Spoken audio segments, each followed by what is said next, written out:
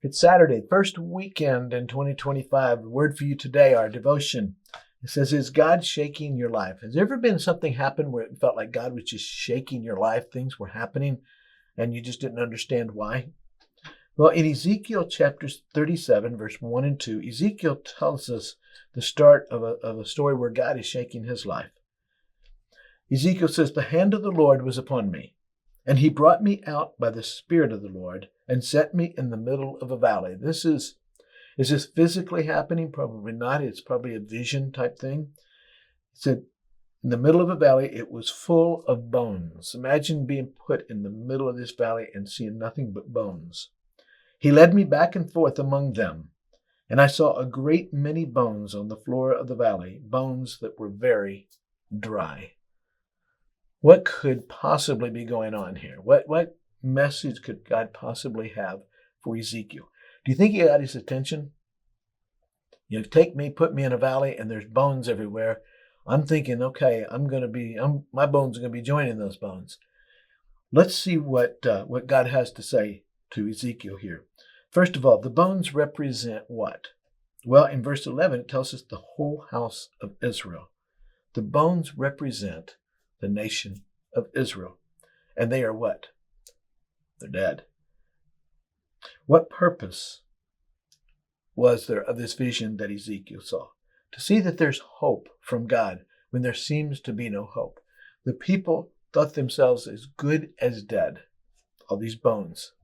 But you know what? They didn't factor in God. Notice Ezekiel's response to the bones and God's questions. God asked Ezekiel in verse 3, if these bones can live. Bones are something that used to be a part of something that lived but has died, and if they're bones now, they've been dead for quite some time. Ezekiel wisely answered that only God knows if these bones can live. God was, I'm sure, pleased with his answer, so God then told Ezekiel to prophesy to the bones. Prophesy what? That breath enter them, that flesh and tendons and skin cover them. Ezekiel did as God commanded, and it happened. My goodness. Can you imagine? Just picture yourself, this valley of bones, and all these bones start coming together, and tendons and tissue and skin come on them. And wow, you have Ezekiel's undivided attention.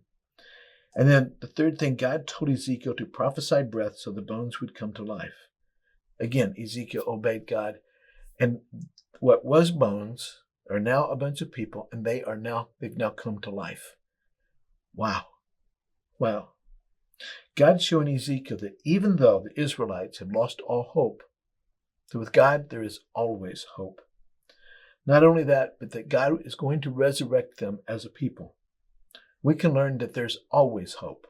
No matter how bad things get for us, we know that there is always hope. How about you? Do you feel hopeless? Maybe sit down and read Ezekiel chapter 37 and see what God has to say about hope and hopelessness.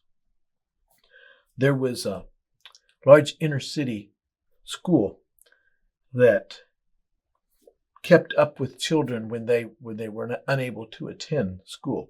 One little boy was seriously burned, and one woman volunteered to go and tutor him.